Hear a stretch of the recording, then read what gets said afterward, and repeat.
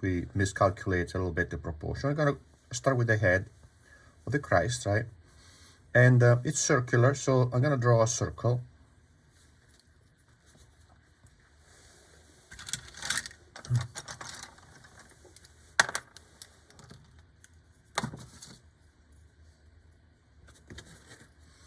And then we have the volume of the rib cage, and you see we kind of break it down in segments. Right? So 1, 2, 3 the hips, right? 4 the legs, the thigh, and 5 the lower leg, right? So 1 here, and then we have this volume here. And remember, we don't have to be super precise about this, right?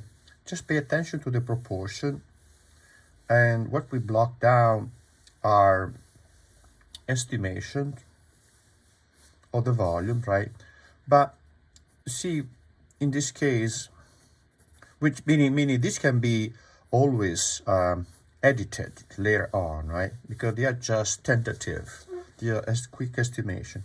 But at the same time, here we also break down these in its component, right? The figure in its component, which help us to identify the head, the rib cage, the pelvis, where do they start, how long they are in relation to each other, and also, so then that way we can compare the proportional relationship of the various segments and give the whole composition, the whole figure, a sense of movement, as if this were actually, as they are, articulated parts, right, of the body.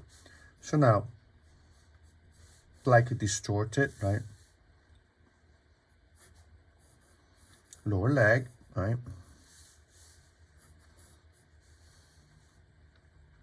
Bronzino was making these long necks, right? Way before Modigliani. And then the foot. The foot is a wedge, right? Like that. So from here, I want to see if this is correct, right? Because, so I need to pay attention to the proportion of this overall, because this is going to be the starting point. From this one, even almost metaphorically, the rest of the composition will be generated, right?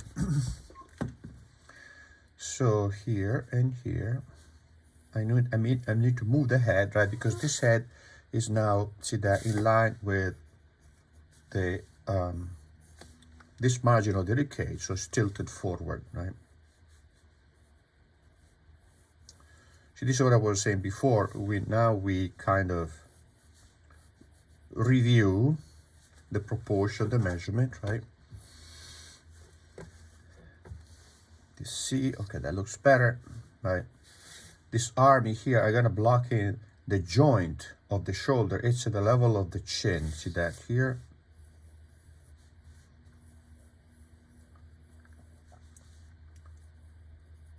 So it's start blocking the head here, right? Blocking the head here. At the fold here of the legs here. And it's also kind of this elongated oval, right? Like this, right?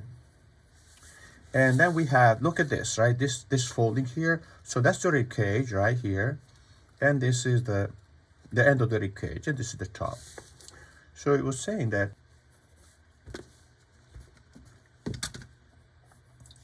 yeah, so that's what, see, the thing is typically this one here is at the hip. See that here, right? More or less, right? It's a bit lower. So we have basically we have 1, 2, and 3 segment, right? So this one here, this drum here, right? And then in the hips here, right? So that is here at the level of the wrist, more or less. Now we're blocking this down at an angle.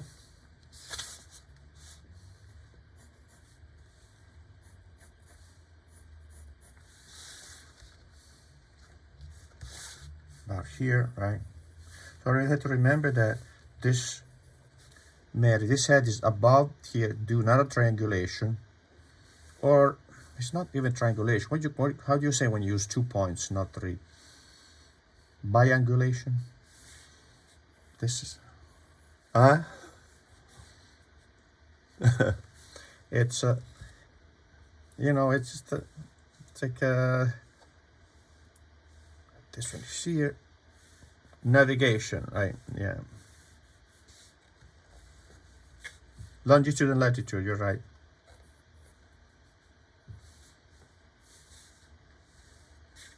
We did that sailing before the GPS. It was kind of took forever to make a point. All right. So GPS is so much easier. Punch a number. All right, so this one here is the head, right? And we have now, that's the jugular fossa. So here, and I can block in the volume, right, of the rib cage, which I don't see, but I can imagine where it is. It's here, right, back here. So now at the level of jugular fossa, below that I have one shoulder, and then the other shoulder I can kind of figure out what it is. It's about here. This arm now goes, oh, we need to block in this arm here, right here, because the arm of the Virgin Mary is going down this way and then folded over here, wrist right here. See how strongly compressed the forearm is. Very short, see that? Very short. Look at that. And then the hand goes down toward the face of this, actually to herself, right? That. So this arm now goes down slightly at an angle.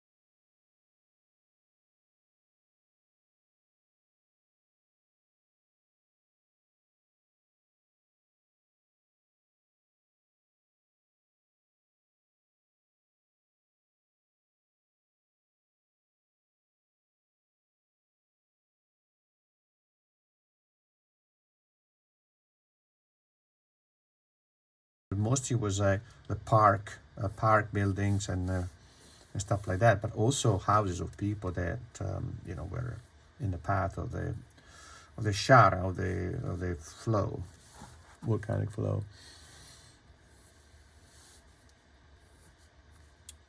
Years ago, I stayed in Stromboli, this little island, the Ollias Island, and there is an active volcano. Every 20 minutes it erupts, so it's just like one of those, like a geyser, and they close it down, and now they have guys checking up there, but you cannot sleep on top of that anymore. Besides, it was not really sleeping. I mean, you can imagine 20 minutes in eruption, you don't sleep, right? So, so I'm gonna get some water, and then I'm gonna get ink or watercolor, and then we can wash this with a light. We bathe this in light and shadow, right? I'll be back. Okay. Just to become a synthesis, an essential visualization of the volume that define the two dimension, right? One plane versus another plane.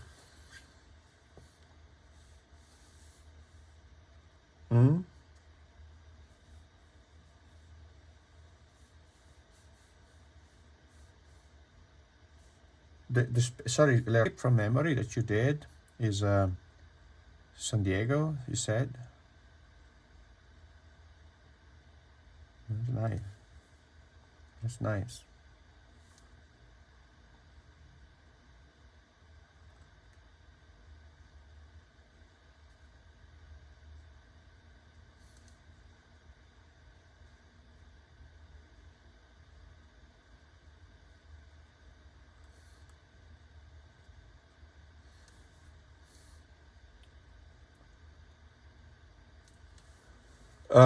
The figure in the landscape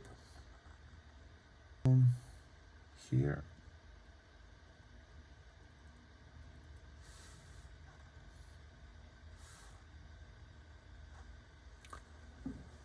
So the figure per se, see how they, just the figure without the background are very clear, right? Clearly they're delineated against the background. But now what I want to do, I want to block in the dark background. Yeah.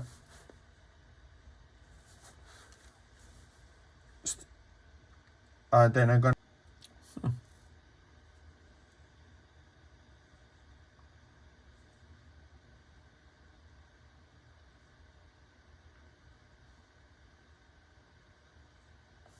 could be interesting to cut the profile of the figure, right? Not quite monochromatic, but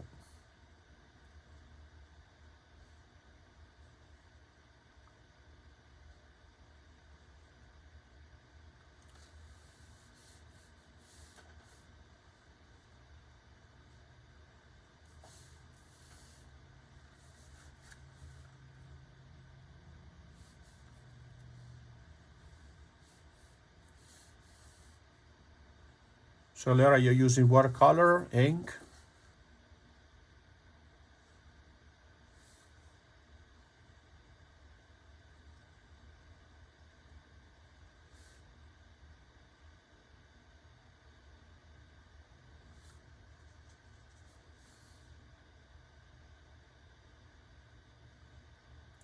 So I wonder if, you know how the artists were, we were talking about this with Goya, they were using mannequins to copy a complex composition, or to avoid for the sitter to stay there with them for hours and hours, right? So they would just paint, use a mannequin